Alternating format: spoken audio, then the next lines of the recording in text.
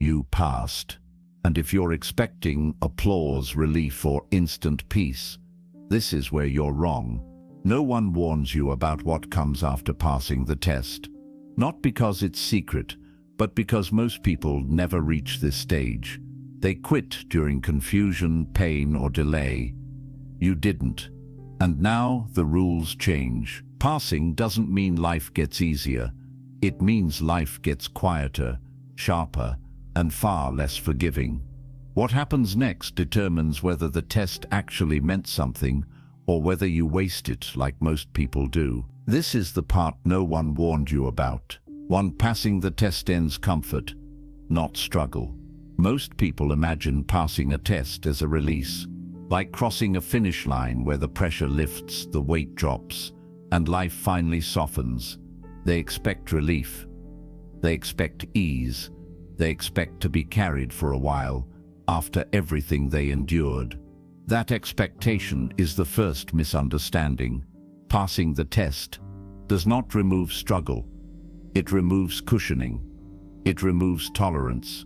It removes the extra space life once gave you to stumble, hesitate, or stay confused without consequences.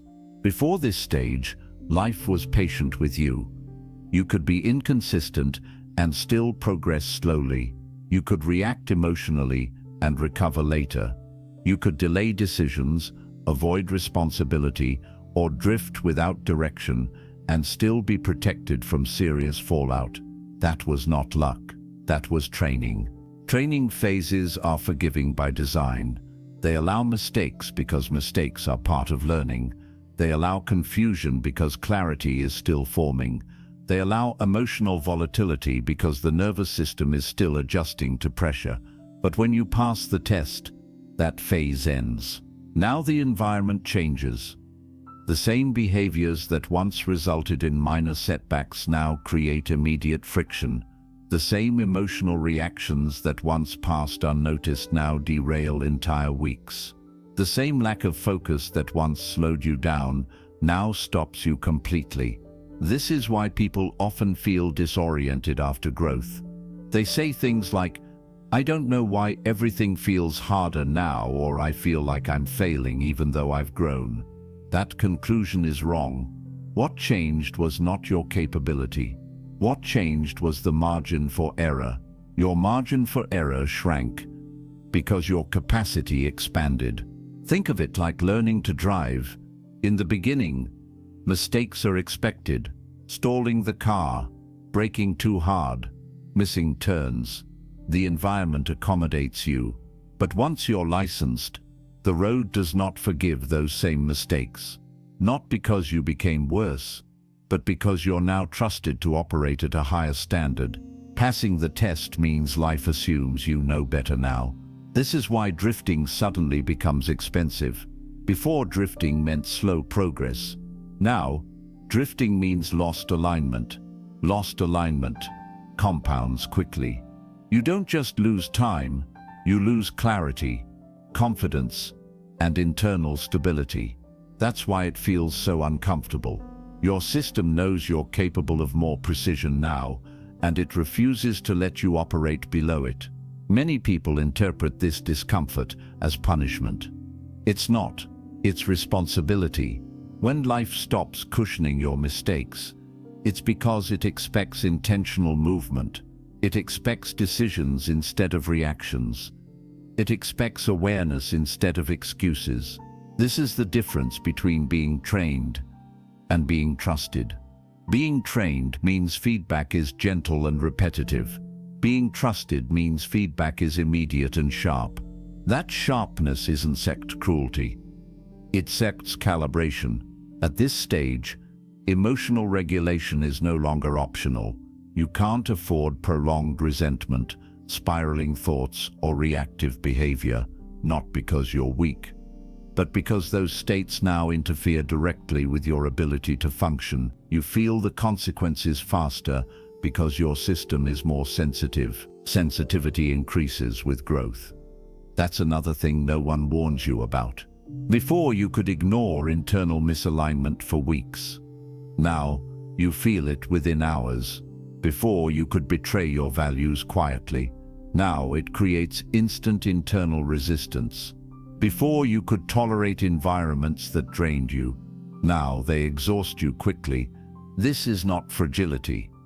It's refinement. Refined systems require cleaner inputs. Refined minds require clearer intentions. Refined paths demand consistency. And here's the part most people miss: comfort was never the reward for passing the test. Competence was. Comfort keeps you passive. Competence makes you effective. When you pass the test, life stops managing you and starts responding to you. That means your choices carry more weight. Your focus matters more. Your discipline produces faster results. But your carelessness also produces faster consequences. This is why some people wish they could go back to how things were. They miss the softness of earlier phases. They miss being allowed to not know. They miss being able to blame circumstances, people, or timing.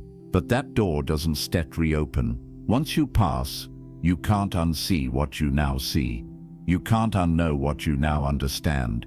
And pretending otherwise only creates internal conflict. The right response to this stage is not fear or frustration. It's precision. You slow down where you used to rush. You choose intentionally instead of emotionally. You maintain internal order instead of chasing external comfort. You stop waiting for life to feel easy and start asking whether your actions are aligned. Passing the test didn't mean life would be gentle with you. It meant life believes you can handle the truth without padding. Used to no longer being protected from yourself. Used to being trusted with yourself. Do you lose the need to be understood? One of the most unsettling changes after passing the test is not external. It's internal. Something quietly shuts off. The constant urge to explain yourself. The need to clarify your intentions. The impulse to correct how others perceive you. At first, this feels wrong, almost cold. You may even worry that you're becoming detached or indifferent, but that interpretation is shallow. What's actually happening is far more precise. You're no longer seeking permission to exist as you are. Before this stage, being understood felt necessary for survival. You explained yourself because misunderstanding felt dangerous. You justified your choices because rejection felt threatening. You narrated your intentions because being misjudged felt like being erased. That wasn't set weakness. That was adaptation. When you're still forming your identity, external feedback acts like scaffolding. You lean on other people's understanding to stabilize your sense of self. Their approval helps you confirm that you're on the right path. Their reassurance helps you tolerate uncertainty. But once you pass the test, that structure comes down. Your identity no longer needs reinforcement from the outside. And when that happens, explaining yourself starts to feel unnecessary, even exhausting. Not because you think you're above others, but because you no longer feel endangered by their misunderstanding. This is where many people get confused. They assume that if someone misunderstands them, something must be fixed. A clarification must be made. A defense must be offered. A narrative must be controlled. But that logic belongs to an earlier phase. At this stage, you begin to understand something uncomfortable. Most misunderstandings are not misunderstandings at all. They are projections. People don't fail to understand you because you didn't explain well enough. They understand you through the limits of who they are. No amount of explanation fixes that.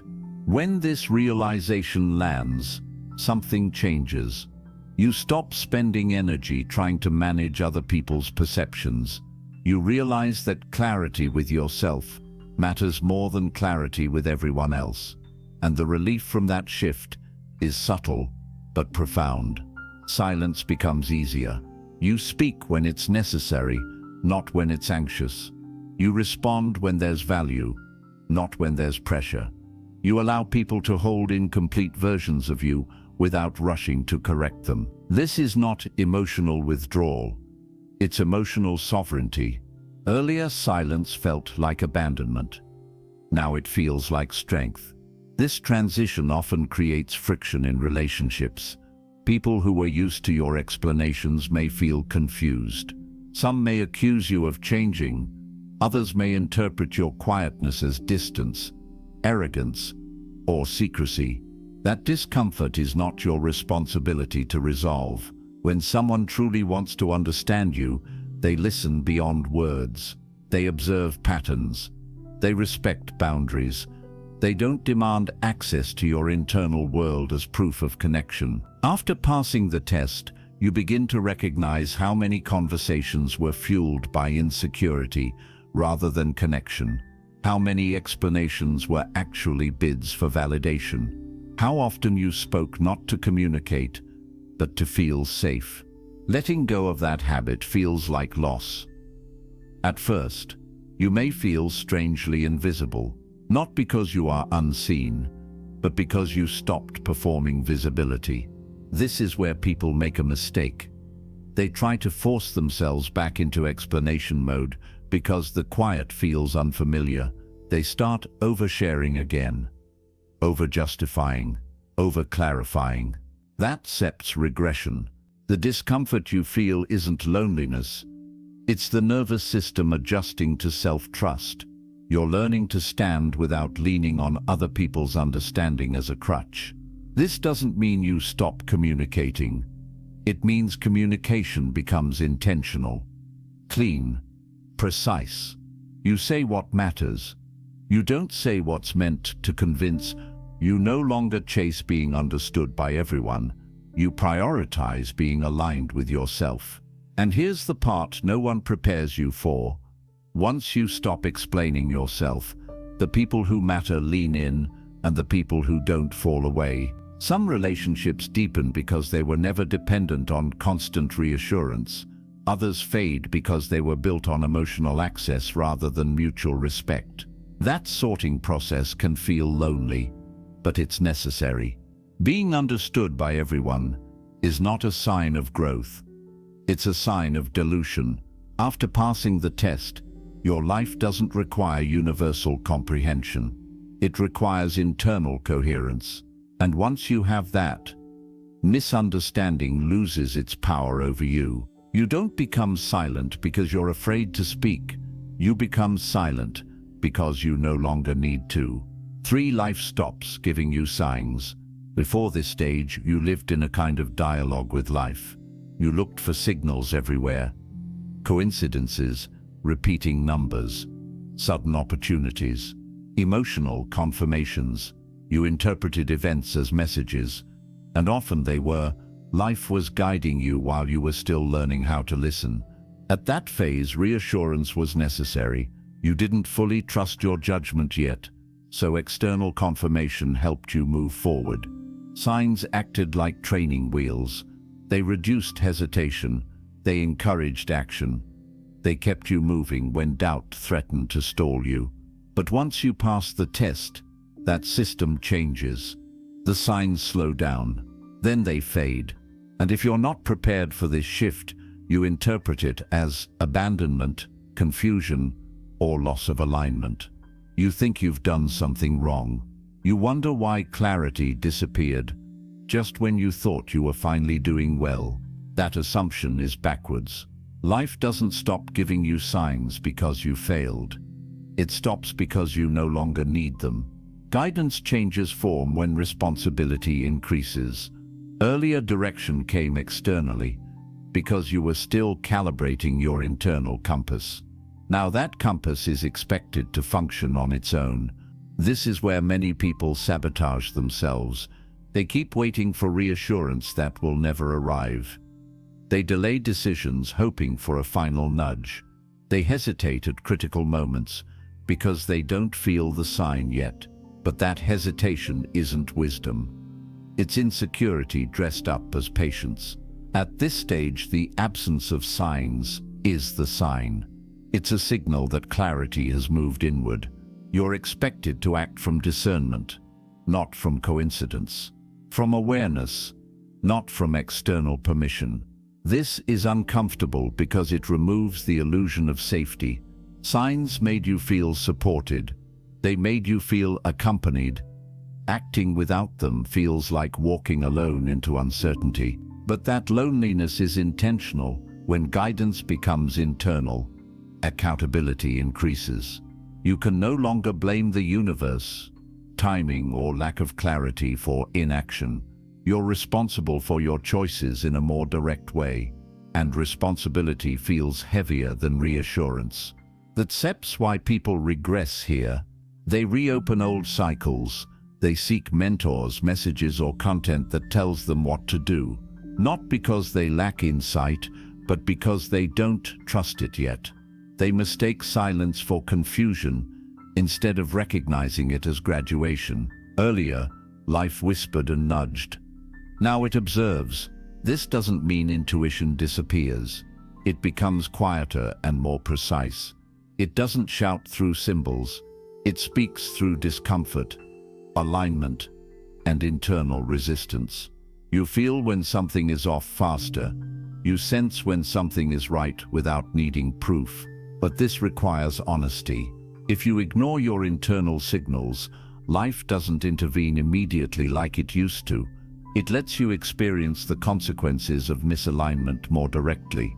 That's not punishment, that's trust. Think of it this way: a teacher corrects a student constantly, a mentor corrects less. A supervisor steps back. The more competent you become, the less intervention you receive. When life stops interrupting you with signs, it's treating you like someone capable of navigating without supervision. That can feel cruel if you're still attached to reassurance. But it's empowering if you recognize what it means. Clarity now comes after movement, not before it. You act, then refine. You decide, then adjust. Waiting for certainty becomes a liability. Learning through engagement becomes the rule. This stage exposes a hard truth. Many people don't want guidance. They want guarantees. Guarantees feel safe.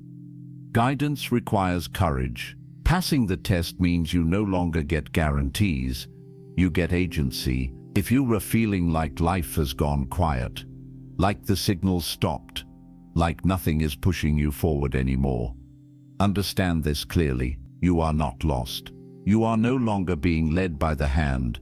You are being trusted to walk on your own. 4. The old version of you can come with you.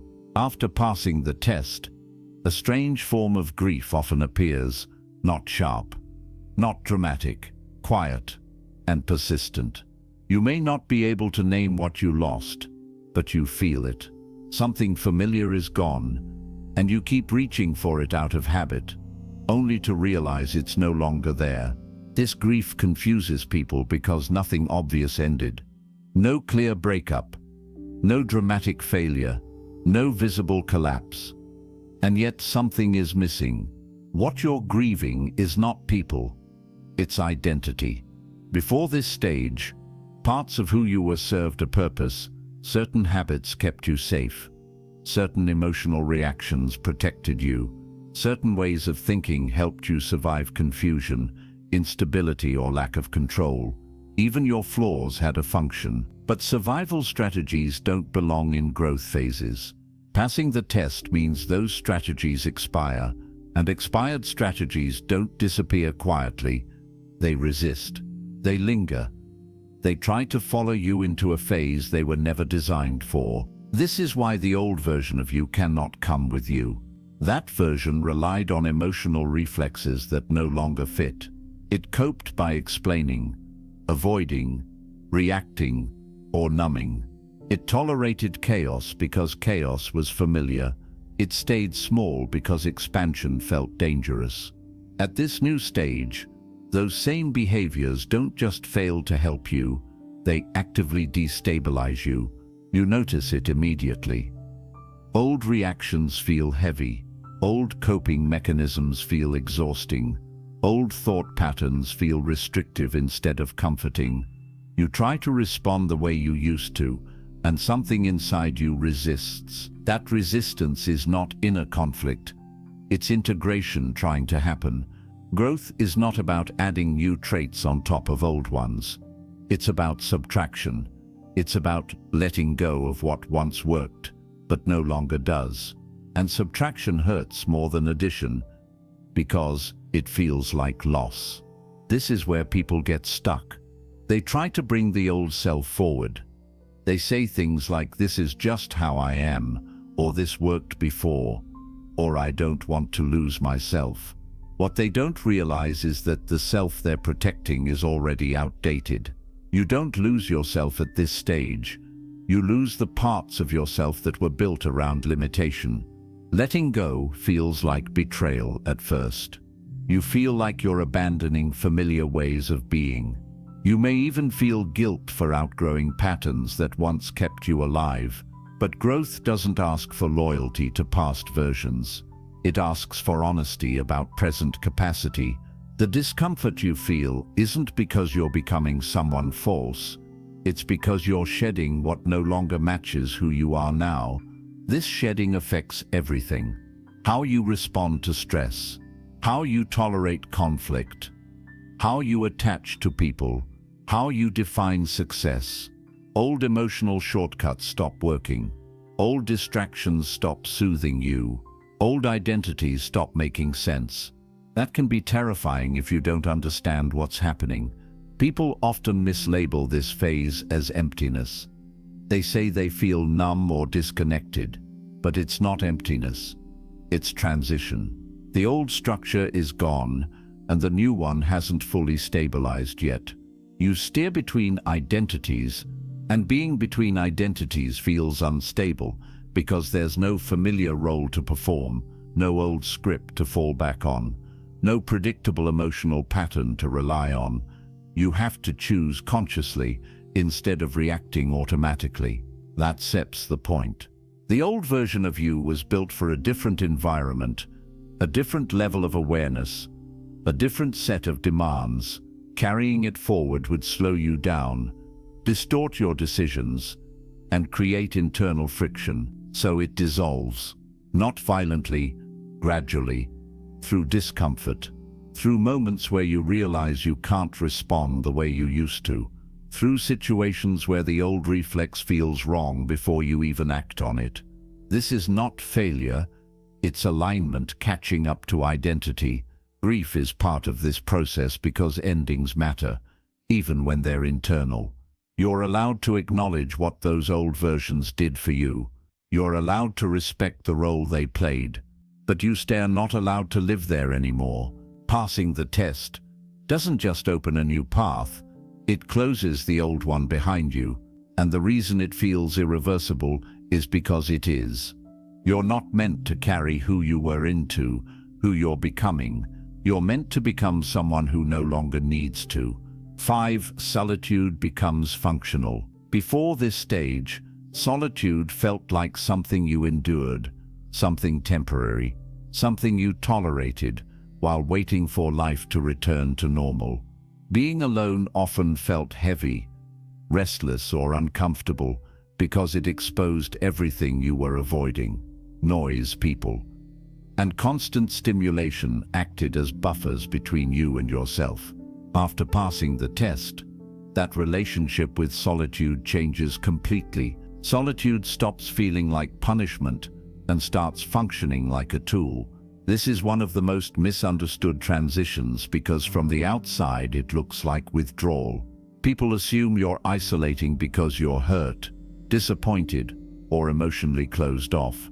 But internally, something very different is happening. You start no longer running from silence. Earlier, silence created anxiety because it removed distraction. It forced you to confront unresolved thoughts, unmet needs, and emotional dependencies. That's why people fill their lives with constant interaction, content, and noise. It keeps them from hearing themselves think. But once you pass the test, your internal noise reduces, not because life became simpler, but because your mind became more ordered. When that happens, solitude no longer amplifies chaos. It sharpens clarity. You begin to notice how many interactions were not connection, but consumption. Conversations that left you drained. Social dynamics that required you to perform, explain, or manage emotions that weren't yours. Environments that demanded energy without offering meaning. This realization isn't stet bitter. It's stets clean. You don't withdraw because you dislike people. You withdraw because your nervous system has recalibrated. It no longer tolerates unnecessary stimulation. It no longer confuses activity with progress or proximity with intimacy. Solitude gives you something rare, uninterrupted feedback. In silence, you can sense misalignment quickly. You can detect when a choice doesn't fit. You can feel when your energy is scattered. You can recognize subtle emotional shifts that would be drowned out in noise. This makes solitude efficient. Time alone becomes productive, not because you're doing more, but because you're leaking less. Less explanation, less reaction, less emotional management. Your thoughts settle faster. Decisions become cleaner. Recovery happens more quickly. This is why people who haven't reached this stage misunderstand it. They see fewer words, fewer social appearances, fewer explanations, and assume something is wrong. They think you're withdrawing from life. In reality, you're withdrawing from friction. At this level, solitude isn't about isolation, it's about conservation. You're protecting focus, energy, and internal order because you've learned how expensive chaos is. This also changes your tolerance for company. You don't seek people to fill space anymore. You seek resonance. Presence becomes more important than personality. Calm matters more than excitement. Alignment matters more than chemistry. As a result, your circle may shrink, not because you're rejecting others, but because fewer connections meet your internal standard. This can feel lonely at first, especially if your old identity was built around availability or social validation. But functional solitude isn't lonely. It's grounded. Loneliness comes from wanting to be seen. Solitude comes from being settled in who you are. This is why alone time starts to feel restorative instead of draining. You don't emerge from it emptier. You emerge clearer, more centered, more capable of engaging intentionally rather than reactively. There's also a discipline that develops here. You stop escaping discomfort through distraction. You sit with uncertainty long enough for it to resolve itself. You process emotions instead of bypassing them. You think problems through instead of outsourcing clarity to conversation. That discipline compounds.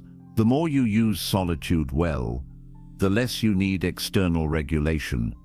Your emotional baseline stabilizes. Your decisions improve. Your self-respect deepens because you're no longer dependent on constant input to feel okay. This doesn't make you unreachable. It makes you deliberate. When you do engage with others, it's cleaner. You're present instead of performative. You listen instead of waiting to speak. You connect without losing yourself. And that sets the key distinction. Functional solitude doesn't disconnect you from life. It reconnects you to it without distortion. Passing the test didn't instead turn you inward to hide. It turned you inward to refine. And once refinement happens, solitude stops being something you survive. It becomes something you use. 6. Your intentions matter more than your actions. Before this stage, effort was enough. Trying counted. Showing up imperfectly counted. Even struggling counted. Life rewarded movement because movement itself was progress. You could act with mixed motives and still advance because you were learning through doing. After passing the test, that equation changes. Action alone is no longer sufficient. Intention becomes the filter through which every action is evaluated. You can do the same thing you did before and feel resistance instead of momentum. You can work harder and feel less aligned. You can achieve results and still feel internally unsettled. This confuses people because from the outside, nothing looks wrong. But internally, something is off. At this stage, your system becomes sensitive to why you do things, not just what you do. The motivation behind an action matters more than the action itself. And when the intention is misaligned, the feedback is immediate. This is not guilt. It sets precision. Earlier, life allowed you to learn through trial and error. Now it expects you to move with awareness. Shortcuts that once seemed efficient now feel corrosive. Opportunities that once excited you now feel hollow. Actions driven by ego, fear, or validation produce an immediate sense of friction. This is where people get frustrated. They say things like, "I'm doing everything right, so why does this feel wrong?" The answer is simple but uncomfortable. The action may be right, but the intention isn't clean. Intentions shape energy. Energy shapes outcomes. When your intention is rooted in proving yourself, the action carries tension. When it's rooted in fear of missing out, the action carries urgency. When it's rooted in comparison, the action carries resentment. You may still succeed externally, but internally you feel drained or unsettled. Passing the test means your internal compass has been sharpened. You're no longer numb to misalignment. You feel it immediately because you're no longer operating on autopilot. This is why overexertion becomes dangerous at this stage. Pushing yourself for the wrong reasons doesn't build resilience anymore. It creates burnout. Hustling without clarity doesn't produce growth. It produces fragmentation. You are not being asked to do less. You're being asked to do things from the right place. This also means that rest becomes intentional. You can't rest to escape responsibility anymore. You rest to restore alignment. When rest is avoidance, you feel restless. When rest is intentional, you feel grounded. Even discipline changes here. Earlier, discipline meant forcing yourself forward. Now it means restraining yourself from misaligned movement. It means saying no to things that look productive but feel wrong. It means waiting when action would be premature. This restraint feels counterintuitive, especially for people who built their identity around effort. They're used to being rewarded for pushing through discomfort. Now, pushing through misalignment creates more problems than it solves. This is why people relapse into old patterns here. They try to outrun discomfort with action. They stay busy to avoid listening to what their internal signals are telling them. They confuse movement with progress, but the discomfort doesn't go away. It intensifies. At this level, intention is not optional. It's structural. When your intention is clear, actions flow. When it's unclear, everything feels heavy. This is also where integrity deepens. You stop doing things just because you can. You stop saying yes because you're capable. You stop chasing outcomes that don't respect your internal standards.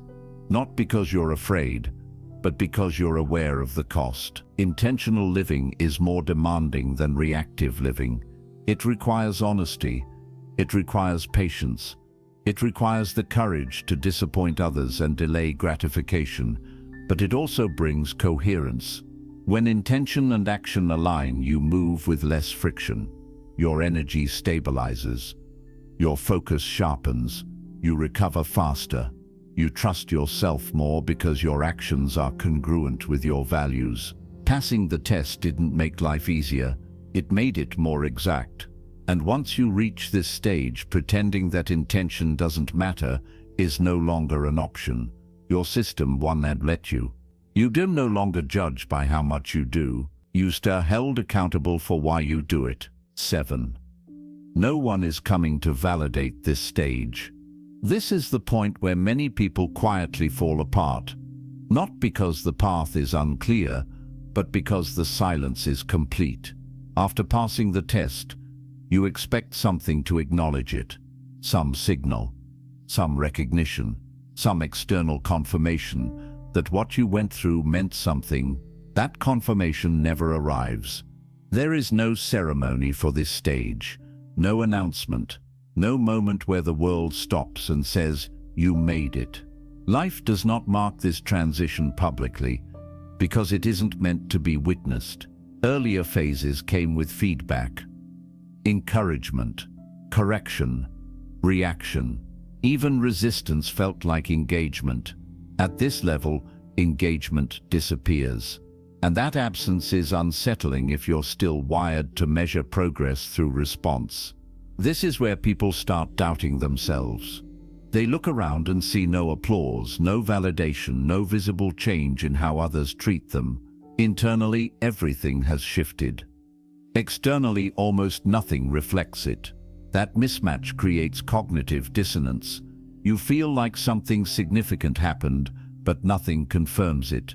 This is intentional. If validation arrived here, it would corrupt the process. External recognition would pull you back into performance. It would reintroduce dependency on approval. It would shift your focus from alignment to image. So life withholds it. At this stage, you're expected to know who you are without witnesses, to stand without reinforcement, to move without permission. This is where internal authority either stabilizes or collapses. Many people unconsciously seek validation anyway. They hint at their growth. They share selectively. They wait for others to notice the change. When that notice doesn't come, resentment builds. They feel unseen, unappreciated, invalidated. But that reaction reveals something important. If you still need others to confirm your evolution, you haven't fully accepted it yourself. This stage exposes how much of your identity was still tethered to response, to being acknowledged, to being reflected back through other people's eyes. Losing that reflection feels like disappearing at first. But disappearance is not erasure. It's independence. When no one validates this stage, you're forced to confront a difficult truth. The work was never for recognition. The growth was never for applause. The test wasn't designed to produce admiration. It was designed to produce autonomy. Autonomy doesn't yet require witnesses. This is also why some people around you may react strangely. A few may feel uncomfortable without knowing why. Others may attempt to reinsert old dynamics, testing whether you still respond the same way. Some may drift away quietly. None of that is accidental. Relationships based on access, emotional availability, or dependency lose their footing here. They can't function when you no longer seek approval or permission, and instead of adapting, many simply fade. This can feel like loss, but it's actually confirmation in disguise. What remains after validation disappears is what's real. The people who stay don't need you to perform. The work you continue doesn't need to be seen. The direction you move in doesn't require consensus. This stage demands a different metric for success. Not praise, not feedback, not reaction. Stability. Can you remain steady without being noticed? Can you maintain integrity without being rewarded? Can you continue forward when no one is watching, clapping, or asking? That is the real test behind the test. And this is why so few people reach this level. Not because it's painful, but because it's invisible. There's nothing for the ego to hold on to. No external signal to anchor your sense of progress. You either develop internal authority here, or you regress in search of validation. There is no middle ground. If you get feeling like you crossed into a quiet, unacknowledged phase, where your growth feels solitary and uncelebrated, understand this clearly. You weren't set overlooked. You weren't set forgotten. You weren't mistaken about what changed. You were simply trusted enough to proceed without supervision. Passing the test didn't grant you recognition. It removed your need for it. And that is the final shift. If this resonated, it's not because you were searching for motivation. It's because you recognized yourself in what was said. Nothing here was meant to inspire you. It was meant to orient you. What you're experiencing is not confusion, loss, or emptiness. It's the absence of noise, the absence of cushioning, the absence of validation. And that absence is not a problem. It's the environment required for this stage. You passed the test the moment you stopped needing life to reassure you while you moved forward. From here on, clarity comes from alignment, not signs. Stability comes from self-trust, not approval. Strength comes from precision, not effort alone. You don't need to announce this phase. You don't need to explain it. You don't need to prove it. Move quietly. Choose deliberately. Maintain integrity when no one is watching. This stage doesn't get reward performance. It responds to consistency. You already passed. Now live like someone who knows that.